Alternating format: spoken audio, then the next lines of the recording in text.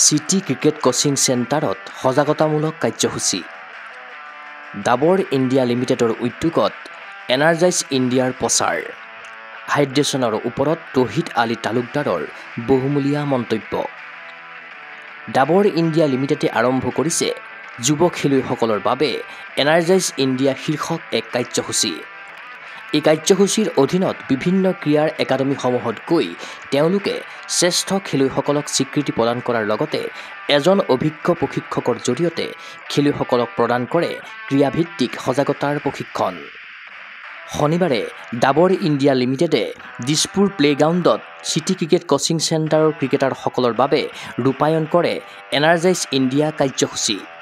এই অনুষ্ঠানত সমল ব্যক্তিৰূপে উপস্থিত থাকি খেলুৱৈসকলৰ ওচৰত হাইড্ৰেশ্যনৰ ওপৰত বক্তব্য ৰাখে প্ৰাক্তন ৰঞ্জী ক্ৰিকেটাৰ তথা অভিজ্ঞ প্ৰশিক্ষক তৌহিদ আলী তালুকদাৰে লগতে একাডেমীটোৰ 4গৰাকী খেলুৱৈক সম্বৰ্ধনা জ্ঞাপন কৰে ডাবৰ ইণ্ডিয়া লিমিটেডে তদুপৰি সিটি ক্ৰিকেট কোচিং চেণ্টাৰৰ খেলুৱৈসকলৰ মাজত গ্লুক'জ ডি বিতৰণ কৰে ডাবৰে एनर्जाइज इंडिया कार्यसूचीर सन्दर्भत मंतव्य करिছে डाबर इंडिया लिमिटेडर CSR हेड ब्याह आनंदे। डाबर की एक ये मुहिम हमने चलाई है कि जहाँ पे बच्चे जो ट्रेनिंग कर रहे हैं अक्रॉस स्पोर्ट्स एकेडमीज़ में, चाहे वो क्रिकेट एकेडमी हो, बॉक्सिंग एकेडमी हो, हर एकेडमी में हम जाके उनके साथ एक एनर्जाइजिंग इंडिया सेशन करते हैं। इसके तहत हम उनको एक तो जो वहाँ के जो बेस्ट टैलेंट है उसको रिकग्नाइज़ करते हैं, उनको सपोर्ट करते हैं। अब जैसे असम में हमने तेजपुर में 3 बॉक्सर्स को हमने चूज़ किया है जिनको हम पूरा सपोर्ट कर रहे हैं in terms of their training and academic needs, उनको पूरा वो स्पॉन्सरशिप कर रहे हैं। और उसके अलावा हम उनके साथ एक ये कोच के साथ मिलके हम एक ट्रेनिंग सेशन करते हैं, अवेयरनेस सेशन करते हैं जिसमें उनको एनर्जी कैसे अपनी रिप्लेनिश की जाए उसके बारे में बताया जाता है। इतनी गर्मी में बच्चे खेलते हैं, प्रैक्टिस करते हैं ताकि अपने देश का, अपने परिवार का नाम रोशन कर सके, बट इस गर्मी की वजह से उनकी एनर्जी भी ड्रेन होती है, पसीना छूटता है तो उनको सारा एनर्जी निकलती है। तो उस एनर्जी को कैसे रिप्लेनिश किया जाए ये हम उनको टेक्निकल तौर पर बताते हैं और उनको हम ग्लूकोज भी देते हैं जिसको वो कंज्यूम कर सकें और अपनी एनर्जी वापस ला सकें। इफाले এই কাৰ্যসূচীত উপস্থিত থাকিল সিটি ক্ৰিকেট কোচিং চেণ্টাৰৰ স্বত্বাধিকাৰী তথা প্ৰাক্তন ৰঞ্জী ক্ৰিকেটাৰ গৌতম হাজৰিকা সিটি ক্ৰিকেট কোচিং চেণ্টাৰলৈ আহি এক সুন্দৰ অনুষ্ঠান ৰূপায়ণ কৰাৰ বাবে ডাবৰ ইণ্ডিয়া লিমিটেডক ধন্যবাদ জনালে তেওঁ। আজি 1 জুনৰ দিনা ডাবৰ কোম্পানীৰ বিষয়ববীয়াসকলৰ প্ৰচেষ্টাত আজি আমাৰ সিটি ক্ৰিকেট কোচিং চেণ্টাৰত এখন সেমিনাৰ টাইপৰ এটা প্ৰগ্ৰেম হ'ল য'ত তেওঁলোকৰ যি প্ৰডাক্টছ আছে এই আমাৰ ষ্টুডেণ্টখিনিৰ মাজত প্ৰচাৰৰ কাৰণে এটা প্ৰগ্ৰেম কৰিলে। এই প্ৰগ্ৰেমটো সঁচাই ভাল লাগিল যিহেতু ইমান গৰম, এই গৰমত আমাৰ এই নিউট্ৰিশ্যনখিনি খুবেই জৰুৰী আমাৰ প্লেয়াৰখিনিৰ কাৰণে, যিহেতু দেখিছে আপোনাৰ 40ৰ ওপৰত তাপমাত্ৰা। যদি তেওঁলোকে এই বস্তুখিনি যদি ৰেগুলাৰলি সময়মতে সেৱন কৰে বহুত বেমাৰৰ পৰা বাচি থাকিব, প্লাছ এনাৰ্জি লেভেলটো ওপৰত হাই থাকিব। এনাৰ্জি লেভেল হাই থাকিলে পাৰফৰ্মেঞ্চটো ওলাই আহিব। চ' এইখিনিকে মই কৈ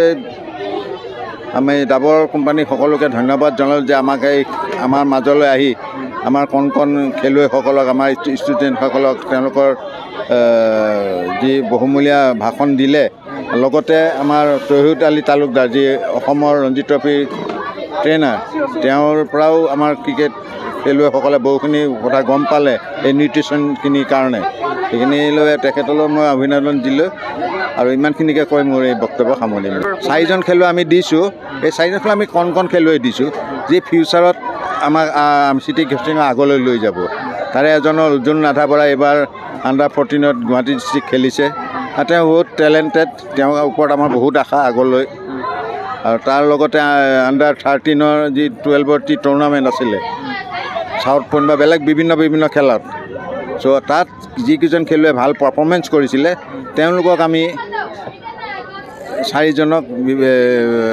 বিবেচনা কৰি ডাবৰৰ ফালৰ পৰা তেওঁলোকক কিবা এটা উপহাৰ দিয়াৰ ব্যৱস্থা কৰিলে ডাবৰে। এইটো কাৰণে তেখেতসকলক আমাৰ কোচিং চেণ্টাৰৰ পৰা ধন্যবাদ জ্ঞাপন কৰিলোঁ। ডাবৰ ইণ্ডিয়া লিমিটেডে আয়োজন কৰা এই অনুষ্ঠানত উপস্থিত থাকি আনন্দিত প্ৰশিক্ষক তৌহিদ আলী তালুকদাৰ। মই যেহেতু ফিটনেছ কোচ হয় মই ইয়াত আহিছিলোঁ একচুৱেলি মই ভাবিছিলোঁ যে ফিটনেছৰ ওপৰতো ক'ব লাগিব কিন্তু ক'বলগীয়া নহ'ল তেওঁলোকৰ মেইন ইয়াটোৱে হৈছে কেম্পেইনটো হৈছে হাইড্ৰেশ্যনৰ ওপৰত হাইড্ৰেশ্যনৰ ওপৰত এনেকুৱা হয় যে আমাৰ প্লেয়াৰ্ছখিনি যেনেকুৱা ধৰক হাই টেম্পাৰেচাৰত কেনেকুৱা মানে নিজকে কেনেকৈ হাইড্ৰেট কৰি ৰাখিব লাগে বহুত প্লেয়াৰে এতিয়া প্ৰশিক্ষাৰ্থীসকলে নাজানে একচুৱেলি যে ঘামৰ লগত আমাৰ বডিৰ পৰা কি লছ হয় তো সেইটো কাৰণে যে আমি হাইড্ৰেট কৰিব লাগে প্ৰি হাইড্ৰেট কৰিব লাগে ছেশ্যনটোৰ আগতে যি প্ৰেক্টিছ ছেশ্যন আৰম্ভ হোৱাৰ আগতে প্ৰি হাইড্ৰেট কৰিব লাগে ডিউৰিং ছেশ্যন মানে আকৌ হাইড্ৰেট কৰিবলৈ নিজকে আকৌ আফটাৰ ছেশ্যন বা প্ৰেক্টিছ বা মেটচ যিয়ে খেলে তেতিয়াও আকৌ হাইড্ৰেট কৰিব লাগে নহ'লে আমাৰ বডি ৱেইট লছ হয় সেই ৱেইট লছটো ৰিপ্লেচ নহয় পিছত আকৌ বেমাৰ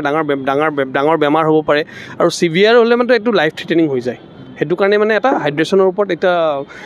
চমু অলপ ব্যাখ্যা এটা মোক দিব কৈছিলে সেইটো ওপৰতে মই একচুৱেলি ফিটনেছৰ ওপৰত ক'ব আহিছিলোঁ কিন্তু মই দেখিলোঁ যে যিহেতু প্ৰগ্ৰামটো ইয়াৰ ওপৰত আৰু সেইটো কাৰণে মই হাইড্ৰেশ্যনৰ ওপৰত যিখিনি ইম্পৰ্টেণ্ট সেইখিনি কথাই কৈছোঁ খেলুৱৈসকলৰ বাবে ডাবৰ ইণ্ডিয়া লিমিটেডে গ্ৰহণ কৰা এনে পদক্ষেপক শলাগিছে ক্ৰীড়া অনুৰাগীয়ে চিন্ময় বৰাৰ প্ৰতিবেদন গো স্পৰ্টছ এনি